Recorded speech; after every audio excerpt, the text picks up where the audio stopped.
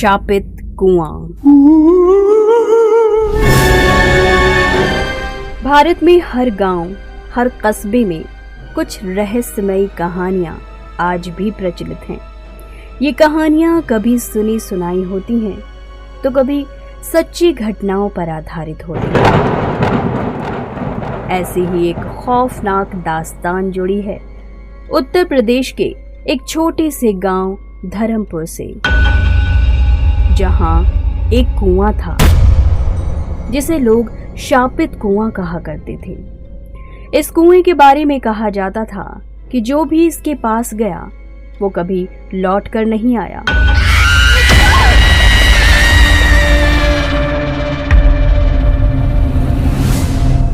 कई लोगों ने इसे महज एक अंधविश्वास समझकर नजरअंदाज किया, लेकिन जो लोग हिम्मत करके इस कुएं के पास गए,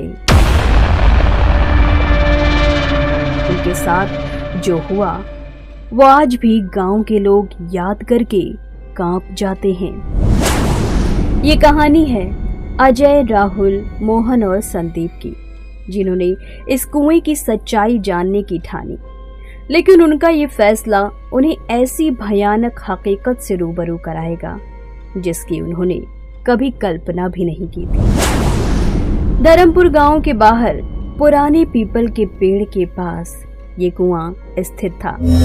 कोई नहीं जानता था कि ये कुआं कितना पुराना है, लेकिन बुजुर्गों का कहना था कि ये कुआं 200 साल पुराना है। गांव के बुजुर्गों का मानना था कि इस कुएं में किसी की आत्मा वास करती है। गांव के लोग शाम होते ही इस कुएं के पास जाने से डरते थे। अगर कोई गलती से इसके पास चला जाता था तो कुछ दिनों के अंदर ही उसकी मौत हो जाती थी या फिर वो गायब हो जाता था। गांव में इस कुएं से जुड़ी कई कहानियां प्रचलित थीं, लेकिन सबसे ज्यादा चर्चित थी रतन की मौत। जी हाँ, रतन नाम का एक लड़का गांव का ही रहने वाला था। वो बहुत ही निडर था और किसी भी बात पर आसानी से विश्वास नहीं करता था। एक दिन उसने गांव के बुजुर्गों की बातों को चुनौती दे डाली। उसने कहा, अगर ये कुआं सच में शापित होता तो अब तक वैज्ञानिक इसे खोज चुके होते।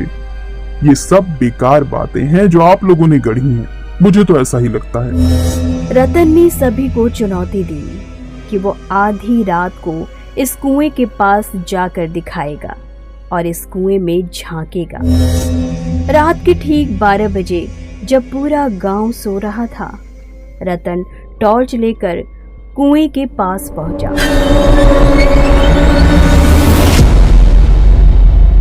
गांव वालों ने जब सुबह देखा तो रतन घर नहीं लौटा था। जब कुछ लोगों ने उसकी तलाश की तो कुएं के पास सिर्फ उसकी चप्पलें और टॉर्च पड़ी मिली। कुएं में झांकने पर कोई नजर नहीं आया, लेकिन कुएं से सिसकियों और कराहने की आवाजें आ रही थीं और गांव में ये खबर आग की तरह फैल गई। कुछ दिनों बाद रतन का शव गांव के बाहर जंगल में एक पेड़ से लटका हुआ मिला। उसके शरीर पर गहरी नाखूनों के निशान थे, जैसे किसी ने उसे बुरी तरह से नोचा हो। रतन की इस रहस्यमयी मौत के बाद गांव के लोगों ने उस कुएं को श्रापित मानकर उसके पास जाना पूरी तरह से बंद कर दिया था। लेकिन 4 दोस्तों की जिज्ञासा ने इस कहानी को पुनर्जीवित कर दिया। अजय, राहुल, मोहन और संदीप गांव के पढ़े लिखे युवा थे। वो इन बातों को महज अंधविश्वास माना करते थे। एक दिन गांव के बुजुर्ग रामनाथ बाबा ने उन्हें कुएं के बारे में चेतावनी दी। बेटा, उस कुएं के पास मत जाना, वहाँ कुछ है जो इंसानों का खून पीता है। लेकिन अजय ने हंसते हुए जवाब दिया, बाबा, ये सब आपकी पीढ़ी की बनाई हुई कहानियां हैं।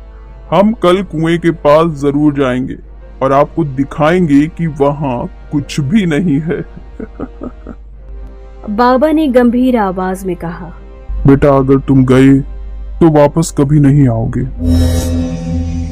पर चारों दोस्तों ने ठान ली थी कि वो कुएं की सच्चाई को खुद देखेंगे और गांव वालों को भी बताएंगे।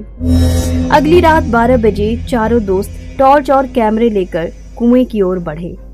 जैसे ही वो कुएं के पास पहुंचे, वहां अजीब सी ठंडक थी, जबकि मौसम गर्मी का था। राहुल ने मजाक में कहा, आह कितनी ठंडी हवा है यहाँ, शायद भूतों के लिए एयर कंडीशन चल रहा है। लेकिन कुछ ही पलों बाद चारों को पीपल के पेड़ से किसी की रोने की आवाज आई। अजय ने जोर से पुकारा, कौन है वहाँ? लेकिन जवाब में सिर्फ सन्नाटा था।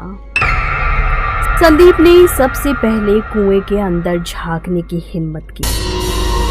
कुएं के अंदर गहरा अंधेरा था, लेकिन जैसे ही उसने टॉर्च की रोशनी डाली, वहां उसे कुछ दिखाई दिया। एक औरत सफेद साड़ी में बिखरे बालों के साथ नजर आई। वो धीरे धीरे कुएं की दीवारों पर चढ़ रही थी। संदीप चीखते हुए पीछे हटा, लेकिन अब बहुत देर हो चुकी थी। अचानक कुएं के अंदर से एक भयानक चीख निकली और तेज हवा चलने लगी। चारों के शरीर कांप रहे थे। वो भागने लगे, लेकिन उनकी टॉर्चें बंद हो गईं। चारों दोस्त जैसे तैसे ही भागने की कोशिश कर रहे थे, लेकिन ऐसा लग रहा था कि कोई अनदेखी शक्ति उन्हें रोकने की कोशिश कर रही है। राहुल के पैर जड़ों में फंस गए और वो औंधे मुंह गिर पड़ा। तभी एक सफेद धुंध उसके ऊपर झुकी और उसने राहुल की गर्दन पकड़ ली। राहुल की आंखें सफेद हो गईं और उसका शरीर नीला पड़ने लगा।